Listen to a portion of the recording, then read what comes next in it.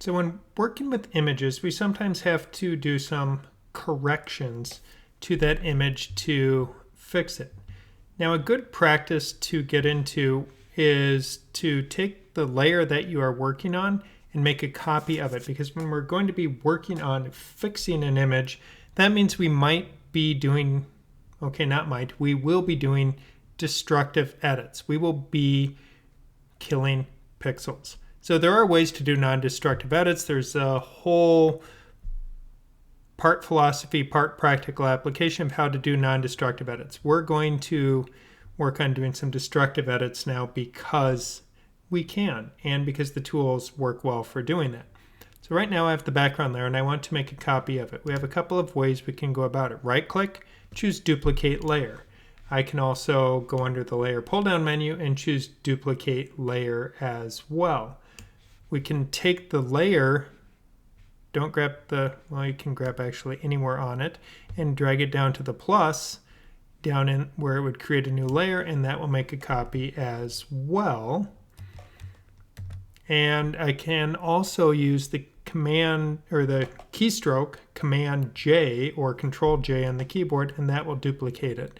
So there's lots of ways, as I keep pointing out, that we can do the same thing and get the same end result without following the same steps.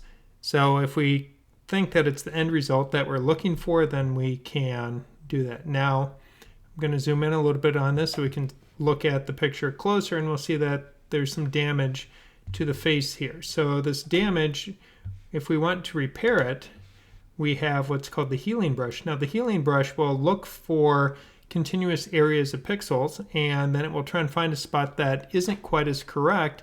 And if I click, we can see one click and it got rid of most of the damage. So if I turn this layer off, we see before and after. Now if I zoom in a little bit more so we can see what's happening, it's not perfect, but it works pretty good. Now I might want to take a little bit of the shine there and pull it back up. We also may want to work this area here. And to do that, I can shrink my brush down. Remember, we have keyboard commands of square brackets, left square bracket to go smaller, right square bracket to go bigger. So now I've shrunk my brush down, and I'm being a little bit more careful while I drag to try and select just that area that I'm working. Now we can see how this is a very saturated or red area. Well, it turns out the sponge tool allows us to desaturate an area, and once again, the sponge tool is a brush, so I can just very carefully go through and click a few times to desaturate it. Now I may want to bring some of that other color in, can work with that, but if we compare before after, we can see how now that face is cleaning up and looking far less damaged. So that's a good step in the right direction. Now we're going to have a little bit more fun with this, and since it's repaired, and what I'm going to do is I'm going to use the stamp tool. Now the stamp tool is like a paintbrush. It will take pixels from one section and copy them exactly somewhere else. And one of the reasons that we want to work on images with the image itself is that it has texture or grain to it. So if we really zoom in on the image, we can see in the pixel grid here, hold down space, it gives me the hand so I can drag around. It's not just one color. So if I switch and choose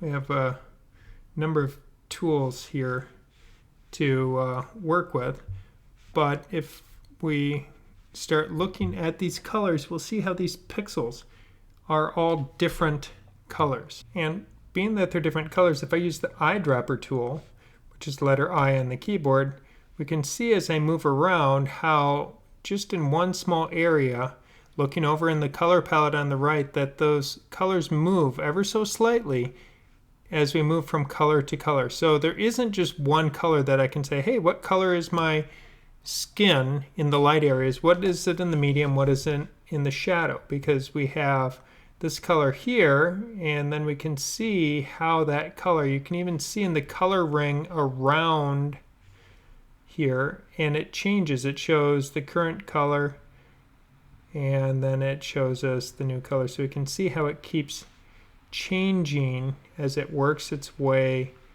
around. So there isn't just one color that I could just choose my paintbrush and color with that color. So what I need to do is color with or paint with the pixels in the image. So what I'm going to do is choose the stamp tool. The clone stamp tool allows me to take a section of my image and copy it. And it's particularly fun if we do it on a face. Now if I just click with it, it's going to give me an error message, and it will say could not clone stamp because the clone area has not been defined, and tells you how to define it. It says use option click. If you're on Windows, it will be alt click to define the area. So I am going to put my cursor over the eyeball here and hold down option and click. And when I do that, we will see where it's giving me a preview of what's going to happen. And now as I paint, you can see the crosshairs over the existing eye. So I've now added an extra eye to my forehead because I now have a third eye. If we want to continue and choose a different area, if I choose this eyeball, I can put that eyeball on my cheek. Now if I define that as my starting point again, so you see how we can add different elements. Well, I want to define that the upper eye again to my face. So I'm able to add these in to create some interest in changes to my artwork.